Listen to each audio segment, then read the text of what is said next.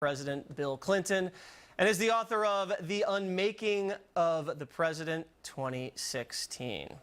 All right, Lanny, so I'm looking at this announcement here, and we're reading through it, and we're waiting, and we're trying to see, where is Trump involved in these Russian indictments? I don't see it. No, well, it's not in the indictments. Even Jesse Waters can't see something that's not there. But what is there is a contradiction of Donald Trump's denial that Russians meddled in the election.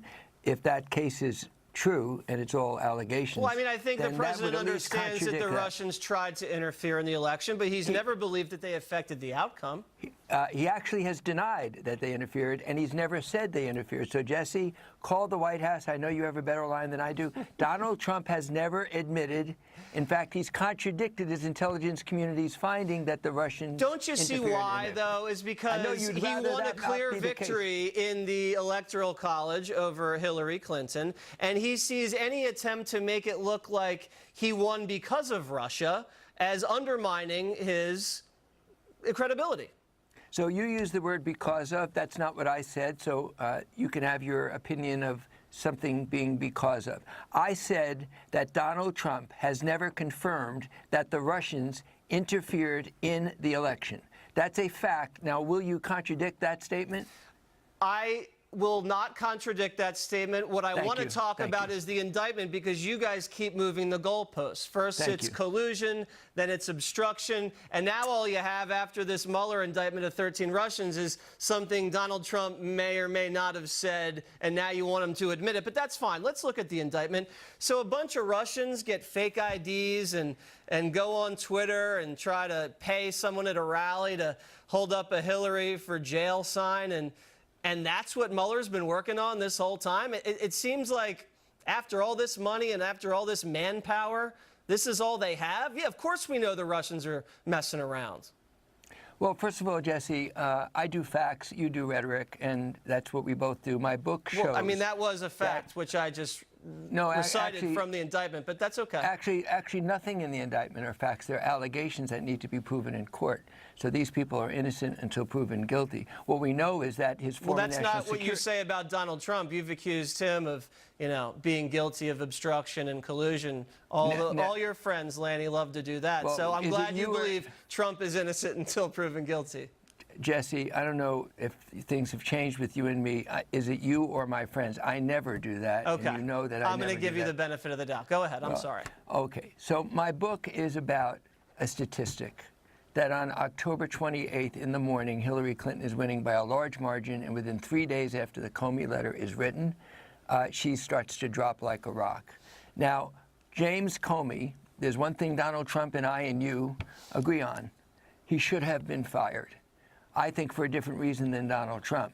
But what I wrote the book about is not to say anything was because of. You can't prove Russian meddling caused Hillary Clinton to lose. It clearly had an impact, but you can't prove that.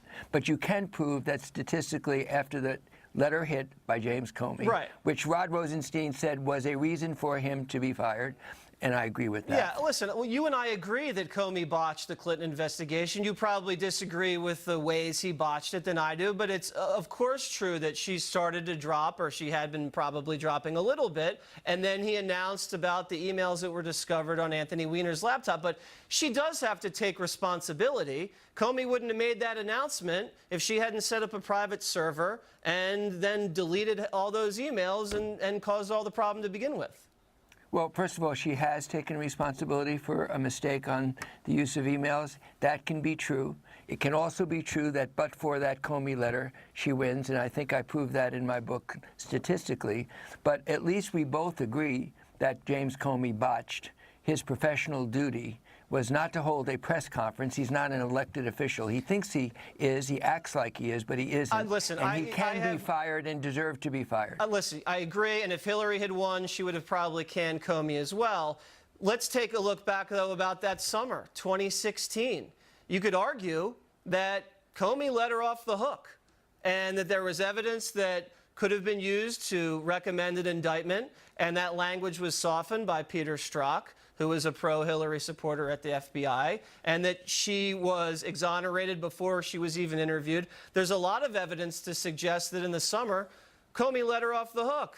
So I cover that, and thank you for asking me that. I cover that in my book. Fact one is out of 33,000 emails, not one was identified as classified. Not one ever found, and still to this day. Wait, no, there was classified emails that were found on our private server. I said Lanny. identified as classified by the stamp that's supposed to occur for every classified document, and that's the reason that there can be no criminal case. And Comey was correct, and there never was a chance of there being a criminal case without a classified stamped email that she ignored. Right. Listen, Lanny, we got to run, and your book, it looks like it's going to be a big one.